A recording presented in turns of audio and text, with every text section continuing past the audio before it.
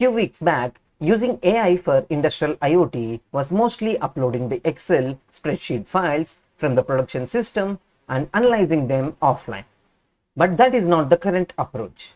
Real industrial AI needs to query live sensor data from PLCs, assembly lines, and press machines, that too across multiple factory sites in different countries, and answer questions like which press line in Detroit ran the most cycles in the last 24 hours. And the result should not come from a spreadsheet but from a live time series database, that too in milliseconds. So how can we do that? That's exactly what we are building today. The inspiration for this entire video comes from a fantastic blog post by TigerData. TigerData is the creator of TimescaleDB, which is a popular time series database in the market, optimized for fast ingest and complex queries, built as an extension on top of PostgreSQL. I'll drop the link of this blog in the description for you to check out. This blog has laid out industrial AI data architecture using professional and scalable approach, specifically UNS, that is Unified Namespace, built on ISA-95 hierarchy, stored in PostgreSQL plus TimescaleDB, and exposed to an AI agent using Model Context Protocol, that is MCP. Today on IoT Frontier, we are going to take the vision of this blog and turn it into a complete step-by-step and working implementation that you can run on your own machine. Hello everyone, I'm Hariharnath and welcome to IoT Frontier. Let's get into the high-level architecture. So here is the flowchart. Based on the TigerData's blog, we have built step-by-step in this tutorial. So you can see factory equipment, that is streaming the data through UNS under ISA-95 hierarchy, and that will be the semantic model, and that will be connected to TimescaleDB on an edge computer. It can be your laptop, it can be your edge system like Raspberry Pi or industrial VMs. And then this MCP server, which is running again on the edge server, will be exposing this structured data to the MCP client such as Claude Desktop, by which we are going to query in natural language, and then there is no middleware, only one database available and full factory can be accessed with it. So that is the power of this architecture. Before we touch a single line of SQL code and proceed with the demo, I'll first try to explain you the architectural problem that this setup solves. Most IoT deployments look like this. Time series readings goes into the InfluxDB or cloud time series store. Equipment metadata, which explains what is the machine and what it does, where it sits in the hierarchy, etc. And this lives in a separate relation database. And every time someone asks a contextual question like which machine ran the most, you need application code to query both systems, because there is another database, that is machine data, which has all the time series values. So whenever we want such kind of answer, we have to query both systems and stitch the answer together. So that makes the two systems two query planners and two failure points. Now look at what happens when you put TigerData offering, that is TimescaleDB, on top of PostgreSQL. Your time series hypertable and your equipment hierarchy table share the same query planner. A simple join command contextualizes a sensor readings with its full plant location in a single SQL statement. And there is no need of middleware, no integration is also needed. That is why industry analysts call this pattern the Unified Namespace, that is UNS. One namespace where every sensor has unambiguous path that encodes meaning. So here you can see UNS path with ISA-95 hierarchy. Here you can see the meaning of this semantic layer which this LLM will be querying. And the MCP, that is Model Context Protocol, is a standardized open protocol that lets an AI agent like Claude connect to the database directly. It queries the schema, it reads the hierarchy, it answers natural language questions with real SQL. Now comes the exciting part of building this system. So first we need to understand the hardware and software. So we'll be using our laptop, that is Windows machine I have, so I'll be using that as an edge device. And for this tutorial, this is how we have set up our factory environment. So first is the enterprise level. We can see Acme Manufacturing, and using ISA-95 hierarchy, we have made the L3 as site, that is Detroit in Michigan, USA, another site that is Munich in Germany. And inside each site, we have two lines. So two lines will be having two different machine equipments. We can simply understand this press as a factory equipment which does some kind of activity. So we'll be having this kind of hierarchy. So once this is done, we'll first have to download the Docker Desktop. So I have already one Docker Desktop available in my system. So I'll just open it and make sure it is running. So next thing that you need to do is you need to open one command prompt, and here you need to run a Docker command. So this Docker command used to pull the Docker of TimescaleDB. HA means high availability and PG16 is PostgreSQL. So this is the image that we are pulling, and remaining all is to start the Docker of TimescaleDB with the username. Here we can see the username of Postgres, password, and the DB name, etc. And here you can see the port that it is going to run. So just simply click on enter, and for the first time it will try to download, because I have already downloaded it, just opened it. So I can just use docker ps to see whether the Docker container is running or not. I can also use Docker Desktop and go to the volumes containers, and I can see this is running 17 seconds ago. Once this is running, you can simply check whether you're able to connect to the container. So you can simply type docker exec with, this is the name of the container, and then what is the username and password with PSQL you are trying to enter. So if you see this prompt, which means you're inside the database. Next thing is we need to open another tab in the command prompt, and we need to get into a folder first. So I have this folder. So inside this, I'll have to create a directory. So I'll use this factory_UNS as a folder, and then I'll get into that folder. And now we'll try to install the Python dependencies. So first we need to create a virtual environment, activate that virtual environment, and using pip we install all the dependency libraries.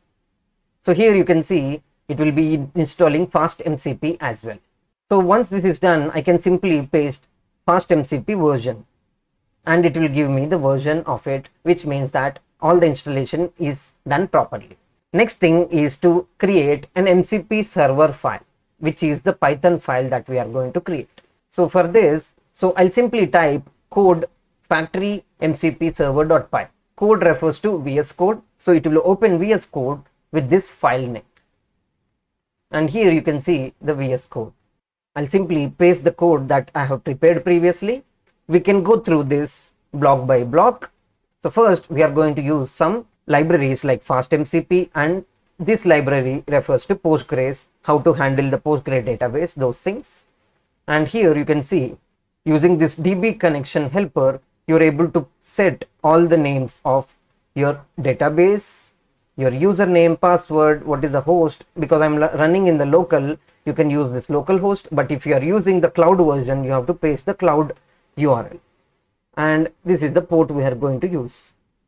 And we are mentioning the fastMCP, that what it has to understand. So here we have two tables. One is to store ISA-95 hierarchy, that is UNS_namespace, and the real sensor data, which is time series, that will be stored in tag_history. But here we'll not be using two systems to query this. We'll use just one query planner, and that is the main difference we see with using TimescaleDB on PostgreSQL setup. And if you use this mcp.tool, which means that this will be as a tool that will be using in the MCP client. So MCP client will understand by which this function can be used for the queries we'll be asking in the Claude Desktop. So first one is top press cycles. So here also you can see what it is used for. For example, if you have bottle filler which fills the bottle, and one bottle filling is an operation that we can call as a cycle count. So same way, this press line has a cycle count. For example, you can get last 24 hours, what is the top 10 press lines. And we have just stitched them everything in a simple SQL query with a join command between tag history and UNS namespace. That is how simple if you use this TigerData with PostgreSQL. And second tool is something like we want to get the live readings of last few minutes like that. And finally, very important thing is mcp.resource. So this is where the factory schema overview is explained to the AI. So the AI LLM has to understand this. What is the namespace? What is the ID, enterprise, all those things we have, and what is the schema of the tag history and how it is looking, what are the different active sites we have, tag types, data range, etc.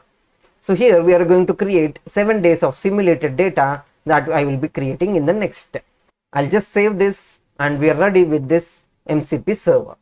So now once we have done this, we can simply open Claude Desktop and I'll go to the file, settings, under developer, I'll click on edit config. I'll first open this JSON, that is config.json, and whatever it is there, I'll just replace with my code. So here you just have to provide, in Windows you have to provide this forward slashes and we have to provide double slashes, and wherever you have kept the Python virtual environment as well as this MCP server Python, you have to provide that link and the path of that here. And also environment factors like what is the database name, username, password, everything you are going to provide, and save this. Once you have saved this, you can simply quit this Claude. Once we have quit this, we can simply reopen Claude.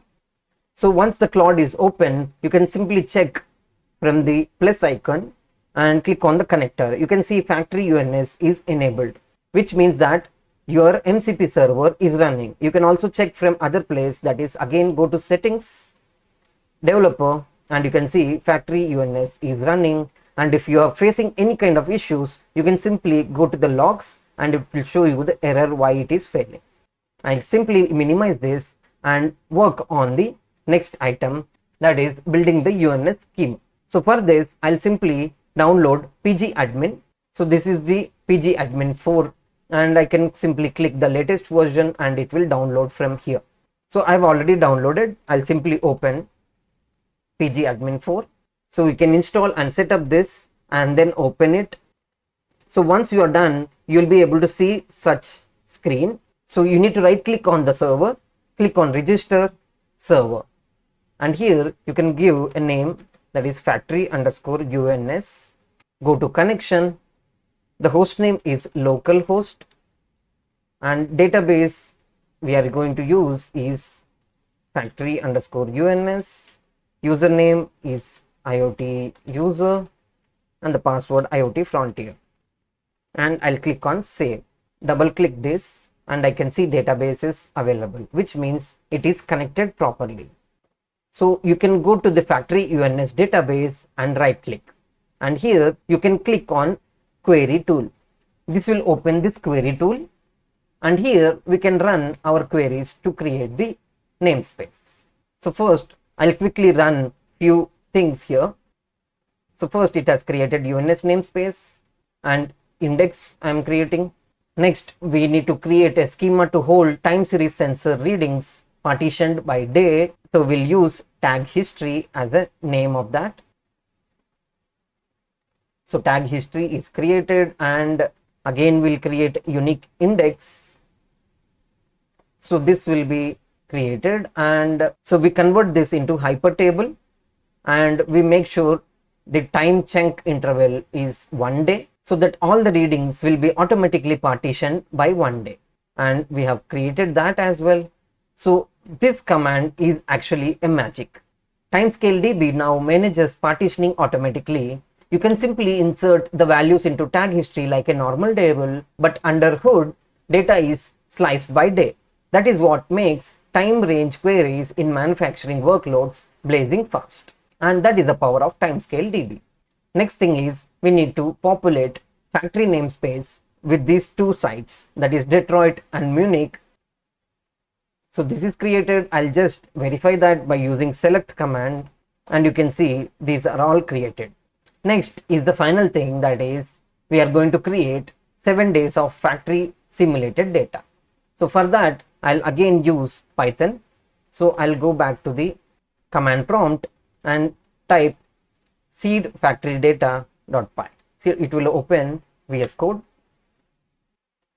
So here we'll be using seed data to create the UNS namespace as well as tag history.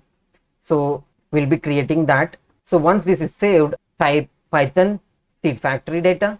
So it will seed all the press cycle tags in just 5 seconds. So if I just try to check how many values we have in tag history, I can see nearly 80k values are created.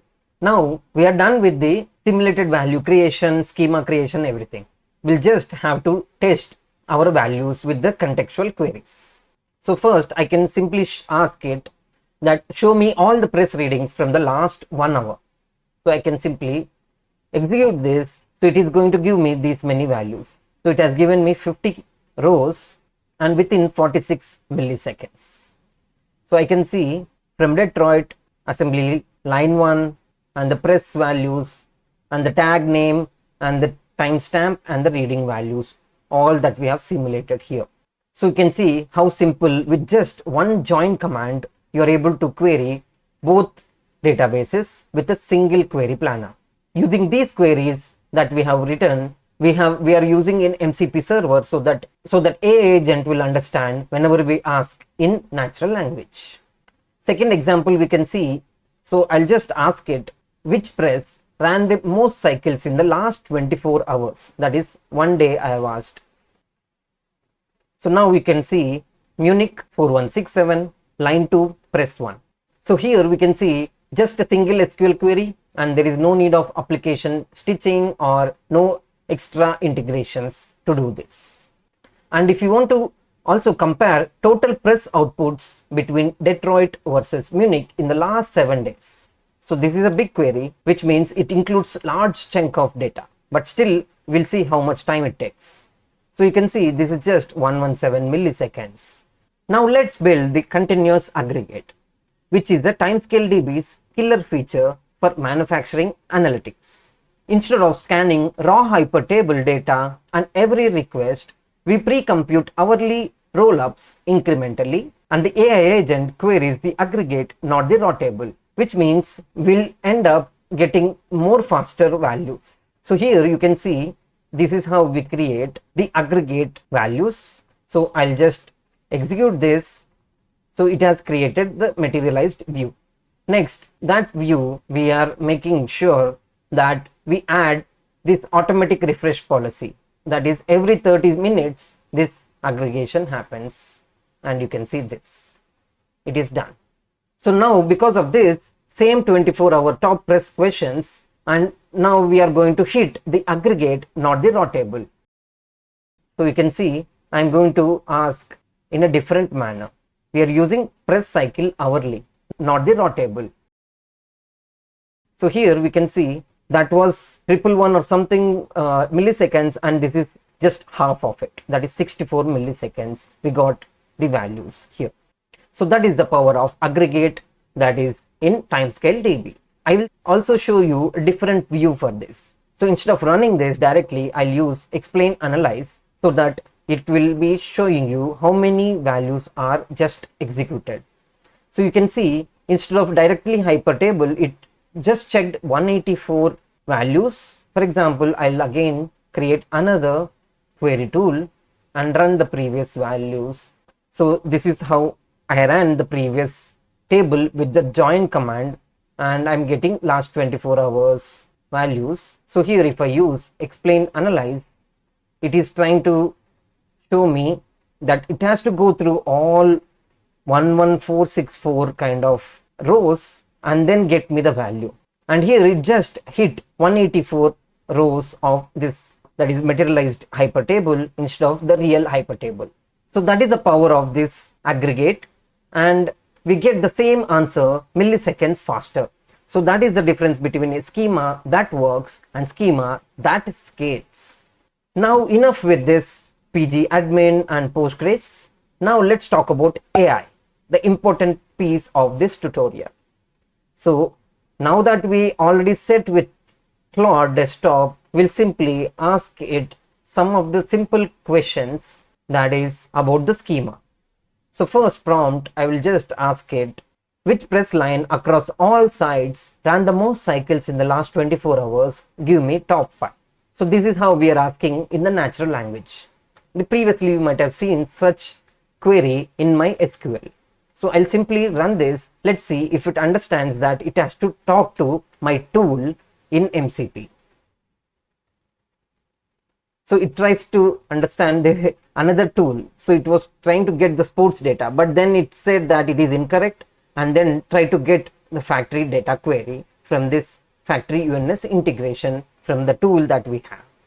And here you can see last time we saw, right, Munich was a winner, and here also we got the same value, that is Munich as a winner, and the top 5 of this also mentioned here. We just asked it what we want, and it automatically took the real tool that it wants to run, and we can see that.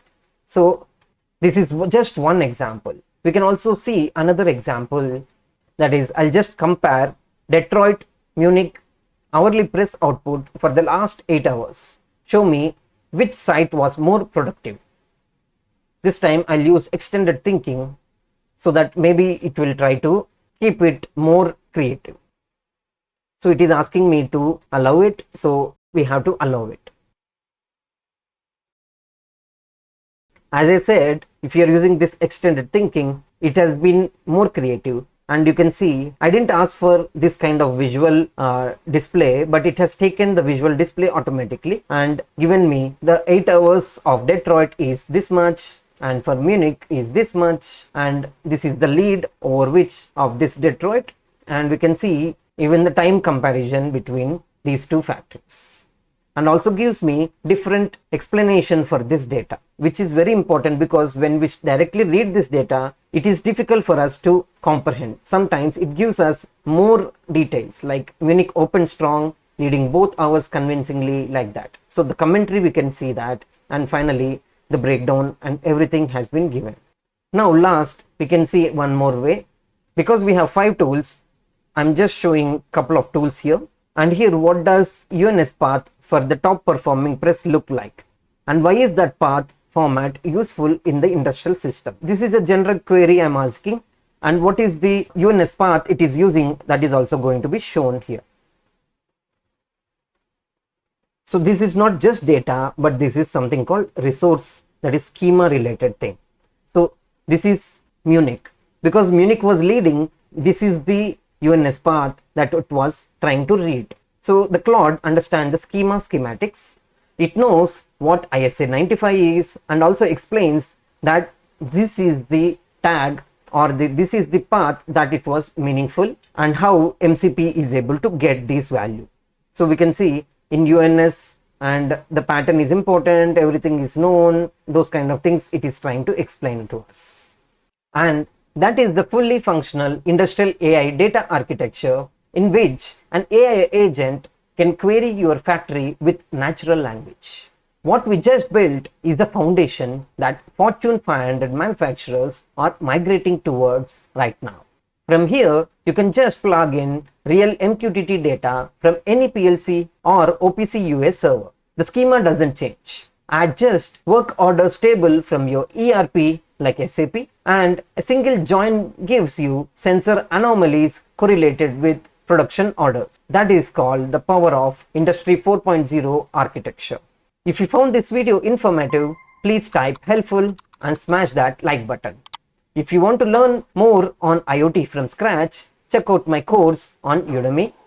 Please subscribe and hit the bell icon. Thank you for watching, and I'll see you in another interesting video.